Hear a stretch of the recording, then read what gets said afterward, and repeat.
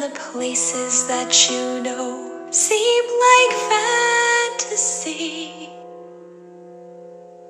There's a light inside your soul that's still shining in the cold, with the truth, the promise in our hearts.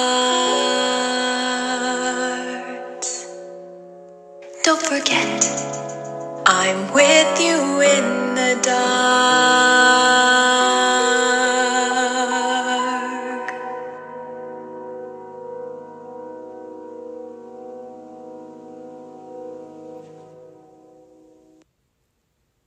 Thomas the tank engine had not been feeling well lately, so Edward had to take Thomas to the works.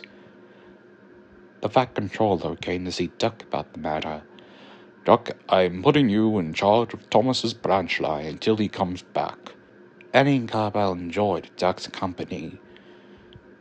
They both told Duck about the time Thomas left the guard at the station. When Thomas came back, the coaches told him all about Duck and how well he did. Thomas was at first jealous, but he didn't mind. Because of Thomas's illness, his brakes had to be put on more pressure, meaning he had to stop quickly at the station. This means he would sometimes overlap the platform. One day his normal driver was sick, and an inspector had to take his place. But the inspector did not know he had to put more pressure on Thomas's brake. One day he was talking to the station master and the fireman at the station when Thomas suddenly started moving. It was little at first, but he started getting faster and faster. Thomas tried everything to get their attention, but it was no use. By the time they noticed, Thomas had already left the station. Quickly the inspector hurried to herald the helicopter, and a chase was on. Poor Thomas was scared out of his smoke box. He wondered if he would crash.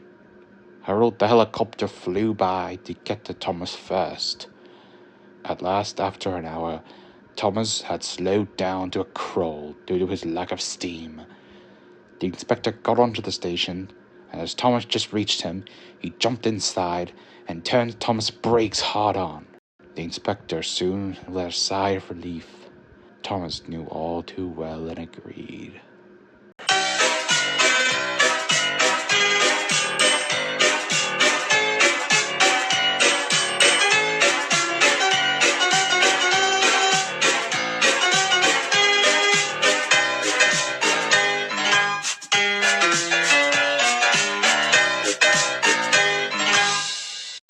The fishermen who used the port near the big station were bringing in more fish than ever before. Each day the sheds on the quayside were piled high with boxes. Much of this extra fish had to travel by rail, so the trains which Henry and the other engines had to pull became heavier. One night, a special load of fish was ordered, and the Fat Controller decided that extra vans must be added to the train that the men called the Flying Kipper. The only spare vans that they could find were old ones that had been standing unused on a siding for some time. Workmen cleaned them quickly, and they were added to the tail of the train. Henry grunted dreadfully. "You'll just have to put up with it, Henry," said his driver. "At least the extra load will mean you can have another engine help us up Gordon's Hill."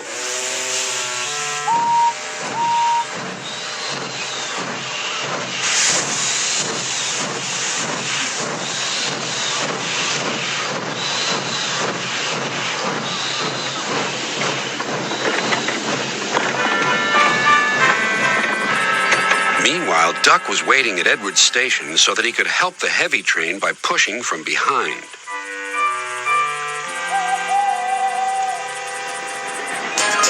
Henry made good progress.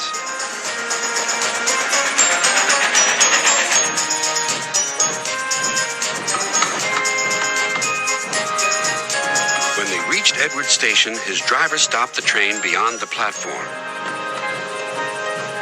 Then Henry gave a special signal. "Beep, beep, beep, beep. I need help, please." "Beep, beep," replied Duck. "I won't be long." Duck buffered gently up to Henry's train. He was not coupled on. Henry would then be able to run on without stopping when they reached the top of the hill. "Ready," whistled Duck, and off they went.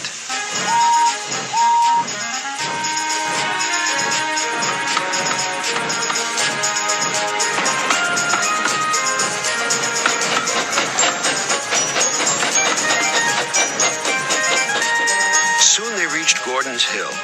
Push hard, puffed Henry. We're doing it, replied Duck. Henry was pulling his train harder than he realized.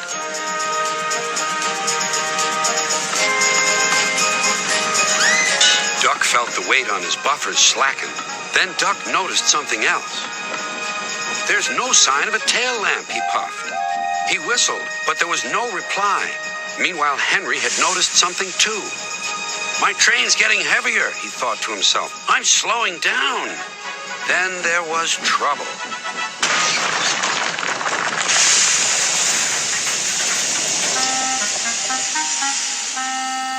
No one was hurt, but a strong smell of fish hung in the air.